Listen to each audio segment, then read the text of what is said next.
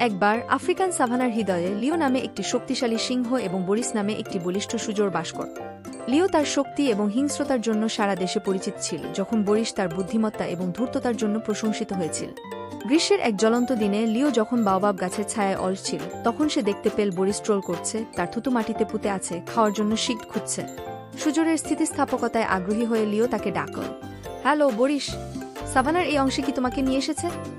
লিও জিজ্ঞাসা করল, তার কণ্ঠস্বর দূরের বজ্রের মতো গর্জন করছে।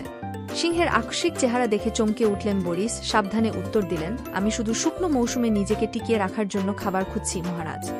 লিও বুঝতে পেরে মাথা নাড়ল, সূর্যের আলোতে তার সোনালি মানি ঝিকিমিকি করছে। আমি দেখছি।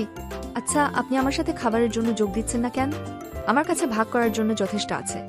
সিংহের প্রস্তাবের জন্য কৃতজ্ঞ বরিস গ্রহণ করলেন এবং লিওর পাশে বসলেন। সিংহটি সেদিনের আগে যে মাংসটি ধরেছিল তা খেতে খেতে। যখন তারা খেয়েছিল, তারা গল্প বিনিময় করেছিল এবং হাসি ভাগ করে নিয়েছিল। বিশাল আফ্রিকান আকাশের নিচে একটি অসম্ভাব্য বন্ধুত্ব তৈরি করেছিল। দিনগুলি সপ্তাহে পরিণত হয় এবং লিও এবং বরিস তাদের দিনগুলি একসাথে কাটাতে থাকে, শিকার করে, অন্বেষণ করে এবং একে অপরের কাছ থেকে শেখে।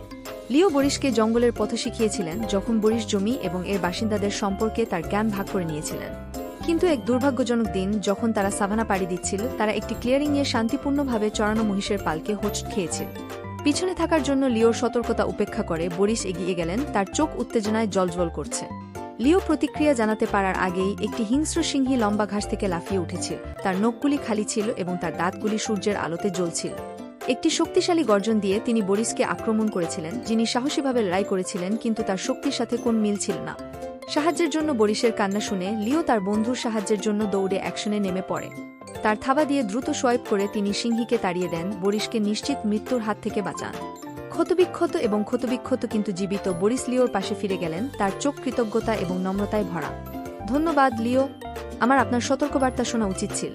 আমি এখন বুঝতে পারছি যে সাভানার বিপদকে অবমূল্যায়ন করা আমি বোকা ছিলাম। লিও মাথা নাড়ল, বন্ধুর জন্য উদ্বেগে তার হৃদয় ভারাক্রান্ত। আপনি এখন নিরাপদ বরিস, কিন্তু মনে রাখবেন, সাহসী এবং বেপরোয়া হওয়ার চেয়ে সতর্ক এবং জ্ঞানী হওয়া ভালো। এটি আপনার জন্য একটি শিক্ষা হোক। সেই দিন থেকে বরিস লিওর পরামর্শ মেনে চলেন এবং একসাথে তারা সাভানাতে ঘোরাঘুরি করতে থাকে, সাহস ও বুদ্ধির সাথে এর চ্যালেঞ্জ মোকাবেলা করে এবং তাদের মধ্যে যে বন্ধুত্বের বন্ধন ফুটে উঠেছিল তা লালন করে। গল্পের নৈতিক সিংহ এবং সুজোরের নৈতিকতা হল যে জ্ঞান এবং সতর্কতা হল মূল্যবান বৈশিষ্ট্য যা আমাদের জীবনের চ্যালেঞ্জ এবং বিপদগুলিকে নেভিগেট করতে সাহায্য করতে পারে। এটি শিশুদের উপদেশ শোনার গুরুত্ব, ঝুঁকি সম্পর্কে সচেতন হওয়া এবং বিজ্ঞ সিদ্ধান্ত নেওয়ার গুরুত্ব শেখায়, এমনকি প্রলোভন বা উত্তেজনার মুখেও।